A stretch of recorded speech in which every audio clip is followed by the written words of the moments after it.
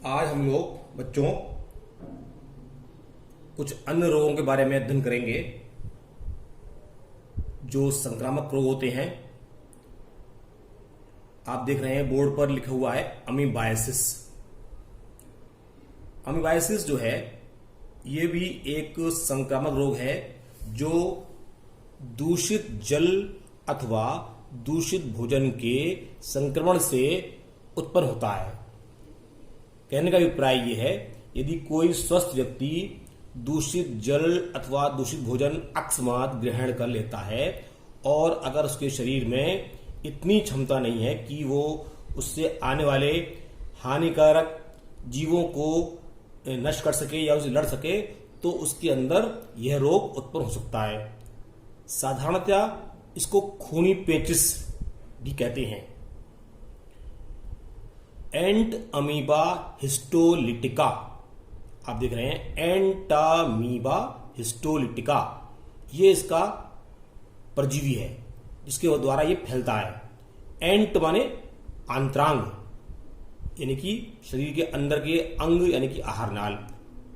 Amoeba क्योंकि एक कोष्ठी प्राणी है, आप देख रहे हैं चित्र बना हुआ है, अमीबा की तरह ये होता है, लेकिन अमीबा तो होता है अनियमित आकार का। इसकी आकृति कुछ कुछ निश्चित सी होती है, आप जो देख रहे हैं वैसी ही आकृति होती है, और इसमें एक तरफ गुट्ठल यानी कि कम धार वाला या कम पहना क्या होता है, कूटपाद होता है। बाकी अंदर केंद्रक है, रितिकाएं हैं, जीवद्रव है, सब अपनी तरह होते हैं हर चीज। इसमें होता क्या है आपको बता रहे हैं हम कि इसको साधारणतः आमातिसार भी कहते हैं, जो आप देख रहे हैं लिखा हुआ है एंट अमीबा हिस्टोलिटिका से होता है। ये वाटर बॉर्न डिजीज है, मतलब पानी के द्वारा ज्यादा फैलती है। ठीक है, जो खाद्य पदार्थों व जल के मानव मल से संदूषित होने के कारण यानी कि संक्रमित होने के कारण, गंदा होने के कारण फैलता है। एंट अमीबा की सिस्ट मल अथवा मुंह के मार्ग से शरीर में प्रवेश करती है। घरेलू मक्खी रोग के संचरण में मदद करती है। ये मल से शिष्ट को खाद्य अथवा या खाद्य पदार्थ के द्वारा जो है क्या करती है, ट्रांसफर करती है। शरीर से बाहर शिष्ट मतलब इसका जो होता है एक प्रकार से रक्षात्मक आवरण युक्त रचना होती है, जिसे कहते हैं सिस्ट। उसके द्वारा ये कई दिन तक बाहर पड़ जाती है, जैसे होता है ना बीज, उस तरह समझ लो। इस पर आमाशय के अम्ल का कोई प्रभाव नहीं होता है। अब होता क्या है, लक्षण देखिए इसके। लक्षण में लिखा हुआ है कि कुछ व्यक्तियों में एंट अमीबा द्वारा उत्पन्न अमीबी पेचिस के कोई लक्षण उत्पन्न नहीं होते हैं। अमीबा की सिस्ट इनके मल के साथ निकलती रहती है। अमीबा के कुछ अन्य स्ट्रेन्स होती हैं, जातियां, वो घाव तक पैदा कर देती हैं शरीर में, आहार नाल में, आंतों में। डायरिया, पेट दर्द, मरोड़, बुखार, मल में आम आना, रक्त निकलना, गंभीर अवस्था में लिवर तक जो है इसके द्वारा इफेक्टेड हो जाता है। ये एक सूक्ष्मदर्शीय अंतः परजीवी होता है जो एक कोषधीय यानी कि एक जंतु में रहता है, और क्या ये प्रोटोजोन है। मनुष्य की आहार नाल के कोलन की म्यूकोसा झिल्ली होती है आहार नाल के अंदर, तथा सब म्यूकोसा पर आक्रमण करके आंत की भित्ति में घाव बना देता है, जो समय समय फूटते हैं और उनसे रक्त निकलता है। अब रोकथाम इसकी क्या, नियंत्रण इसका जो आप देख रहे हैं हुआ है स्वच्छता। इतना साफ सुथरी तरीके से खान पान रखेंगे तो इस तरह के संक्रामक रोगों से बचे रहेंगे। व्यक्तिगत स्वास्थ्य एवं स्वच्छता संबंधी विभिन्न प्रवृत्तियों को अपनाकर इस परजीवी के संक्रमण को रोका जा सकता है। खाने की वस्तुओं को भली भांति धोकर प्रयोग करना चाहिए। इसके अलावा पीने का पानी भी उबाल कर पिया जाना चाहिए, क्योंकि परजीवी का संक्रमण दूषित जल तथा भोज्य पदार्थ से फैलता है। इस रोग पर नियंत्रण के लिए सामुदायिक स्वच्छता बहुत ही इंपॉर्टेंट है। ठीक है, ये तो बात हो गई अमीबाइसिस के बारे में। अब बात करते हैं हम लोग फाइलेरियसिस, यानी कि ये एक और बहुत ही भयंकर घातक बीमारी है। इसमें क्या होता है, एक वो है इसका परजीवी वुचेरिया बैनक्रॉफ्टाई, इसके द्वारा मनुष्य में फैलता है। ये कृमि एक निमेटोड है जो एंडोपैरासाइट यानी कि अंता परजीवी होता है और मनुष्य की लसिका वाहिनियों, पेशी ऊतक, लसिका ग्रंथियों में पाया जाता है। ये मनुष्य में फाइलेरियसिस या हाथी पांव रोग फैलाता है जो मुख्य रूप से उष्ण कटिबंधीय क्षेत्रों है, सर्दी गर्मी वाला जो क्षेत्र होता है वहां फैलता है। ये भी एक क्या है, मच्छर मतलब क्यूलेक्स मच्छर होता है, उसके काटने से फैलता है।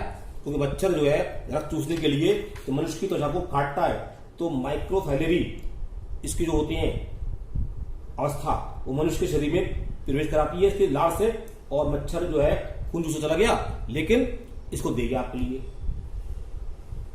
तो जो होता क्या है, इसकी जो इसकी रचना होती है वो बहुत ही सूत्र जैसी होती है, इसकी कृमि की धागे ऐसी, इसलिए इसको सूत्रांग समान भी कहते हैं। ये डाइजेनेटिक है, ठीक, मच्छर में और मनुष्य में अपना ये जीवन चक्र पूरा करता है। लक्षण जो है इसके क्या है, मतलब इसमें याद रख सकते हैं कि एक दीर्घकालिक शोथ यानी कि सूजन होती है जो शरीर के विभिन्न अंगों को प्रभावित करती है। ये कृमि लसिका वाहिनियों में इकट्ठे होते रहते हैं और उनका मार्ग अवरुद्ध कर देते हैं, जिससे प्रभावित अंग में लसिका एकत्र होकर एडिमा मोटापा हो जाता है। इससे प्रभावित अंग जैसे पैर, हाथ, स्तन, वृषणकोश आदि अत्यधिक सूज जाते हैं।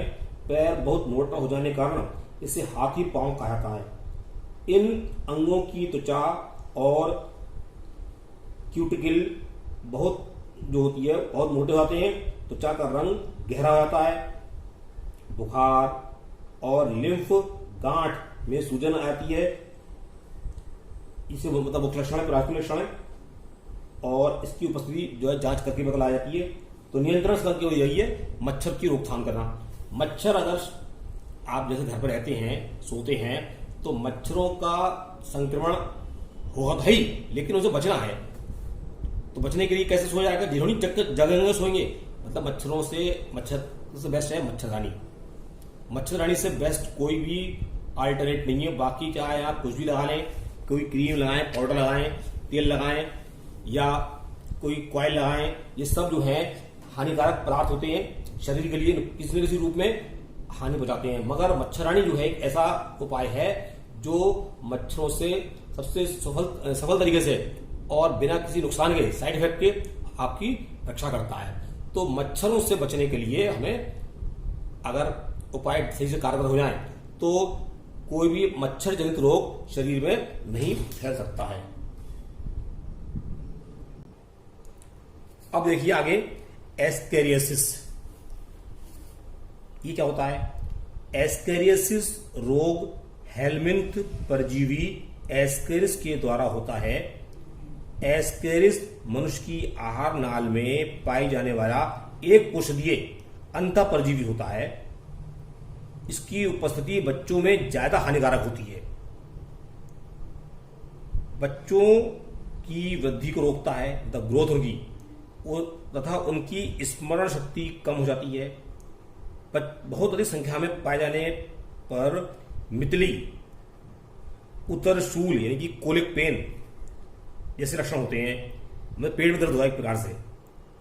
इसके अतिरिक्त आंतरिक रक्तस्राव, आंत का मार्ग अवरुद्ध होना, बुखार, खून की कमी, दस्त, एपेंडिसाइटिस जैसे लक्षण इसके होते हैं। ये संसार के सभी मनुष्यों, लगभग संसार भर के सभी मनुष्यों में छोटी आंत में पाया जाता है। ये नर और मादा एस्केरिस इसके अलग अलग होते हैं। नर की पूंछ मुड़ी होती है, मादा सीधी होती है, इसलिए बाहर से देख करके पहचान सकते हैं। रोग मल मुखीय मार्ग यानी कि मुंह से लेकर के आहारनाल गुदा पूरा एक रास्ता होता है, ये द्वारा संचरित होता है। कृमि के अंडे रोगी के मल में उपस्थित होते हैं। मल की उपस्थिति मिट्टी को दूषित कर देती है। इस मिट्टी के संपर्क में आई कच्ची सब्जियों का बिना धोए प्रयोग रोगाणु को संचरित कर देता है। अगर हम जैसे खेत में जा गए, गाजर मूली कुछ तोड़ी, टमाटर तोड़ा, गोभी तोड़ी, खाली मुंह रख ली, ठीक है, काट काट के खा ले, कैसे खा लो, तो बिना धोए पोंछ वाच के, तो समझ लीजिए आपको इसका संक्रमण हो सकता है। बच्चों के मिट्टी में खेलते समय अंडे बच्चों की नाखून में छिपकर बिना हाथ धोए खाने से भी शरीर में पहुंच जाते हैं। अंडे सूख जाने पर हवा के साथ जो है अन्य स्थानों पर भी पहुंच जाते हैं। एस्केरिस के अंडे दूषित जल के साथ भोजन के द्वारा शरीर में प्रवेश कर सकते हैं।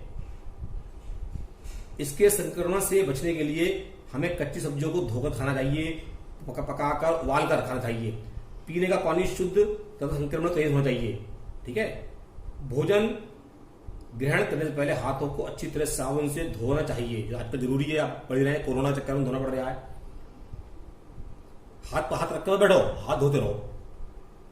शौचालय साफ होना चाहिए। शौच के पश्चात सफाई का विशेष ध्यान रखना चाहिए। अपने किए कराए पानी फेर दो, मतलब सीधी बात यह है। मल एवं कूड़े करकट के निपटारे के लिए वैज्ञानिक विधियों का प्रयोग करना चाहिए। जो बायोलॉजिकल तरीके होते हैं, मतलब उसको डिग्रेड करना, वो तरीका अपनाना चाहिए। दूसरा है टाइफाइड। टाइफाइड जो है वो साल्मोनेला टाइफी नामक बैक्टीरिया से फैलने वाला रोग होता है। टाइफाइड से ग्रस्त रोगी या वाहक मल के वो जो है वो मल है, ठीक है। मनुष्य में संक्रमित भोजन तथा जल के उपयोग से होता है। टाइफाइड रोग की जांच विडाल टेस्ट से की जाती है। डॉक्टर करते हैं विडाल टेस्ट, लिखा छोड़ो। रोगजनक छोटी आंत में प्रवेश के बाद रक्त में प्रवेश करता है।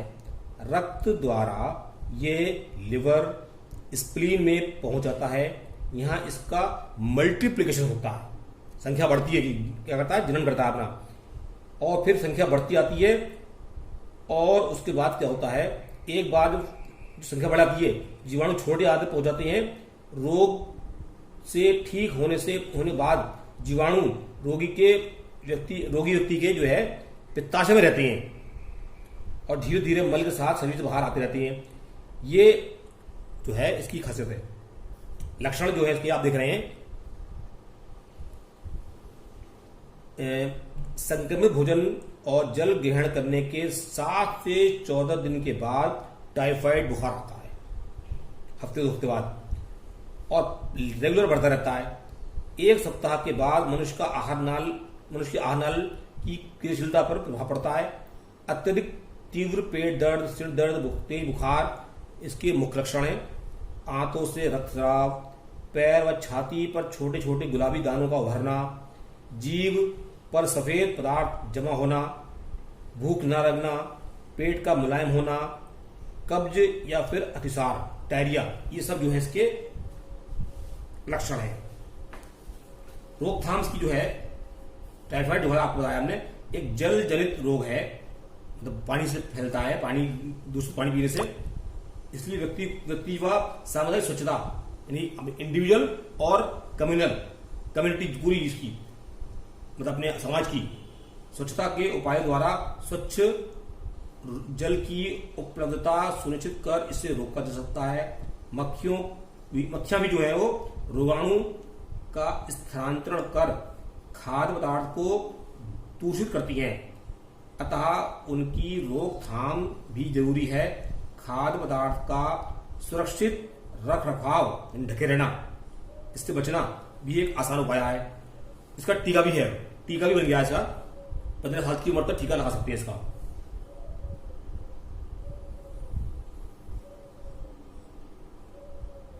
ठीक है। अब देखते हैं इसके बाद निमोनिया। अब देखिए आगे बात करते हैं हम लोग निमोनिया और जुकाम के बारे में। निमोनिया जो है फेफड़ों में होने वाला रोग है जो बैक्टीरिया, वायरस, फंजाई या अन्य परजीवियों के कारण हो सकता है। संक्रमण के कारण फेफड़ों के वायु कोश में सूजन आ जाती है, इनमें तरल भर जाता है जिससे मनुष्य को सांस लेने में कठिनाई होती है। अत्यधिक संक्रमण की स्थिति में मनुष्य की मृत्यु हो जाती है। ये जो है फोमाइट द्वारा होता है, मतलब जैसे किसी रोगी की हमने मतलब कोई वस्तु इस्तेमाल कर ली, रुमाल है, तौलिया है, चादर है, तो उसके द्वारा भी फैल सकता है, इसे कहते हैं फोमाइट जन्म। ठीक है। ऐसे ही जुकाम, सामान्य जुकाम होता है, कॉमन कोल्ड कहते हैं। नाक या गले की जो होती है श्लेष्मिका, ये सूज जाती है वायरल इन्फेक्शन से, जिससे कि बहुत अधिक मात्रा में म्यूकस यानी कि श्लेष्मिका का श्रावण होता है। और इसका जो है राइनो वायरस, इसका मुख्य वो है परजीवी इसका होता है, जो ये भी एक प्रकार से फोमाइट रोग मतलब फोमाइट जन रोग है। ठीक है। तो इस हिसाब से जो है आपने देख लिए ये 6 रोग देख लिए, आपको आज बता दिए। एंटामीबा हो गया, मतलब अमीबाइसिस हो गई, फाइलेरियासिस हो गई, एस्केरियासिस हो गई, टाइफाइड हो गया, निमोनिया हो गया और जुकाम हो गया। ठीक है। जुकाम हो नहीं गया तो जुकाम पढ़ लिया आपने। बाकी अब रह गए हैं 3, इसको हम नेक्स्ट टाइम में कराएंगे। कौन कौन से हैं वो? चिकनगुनिया, डेंगू और रिंगवर्म।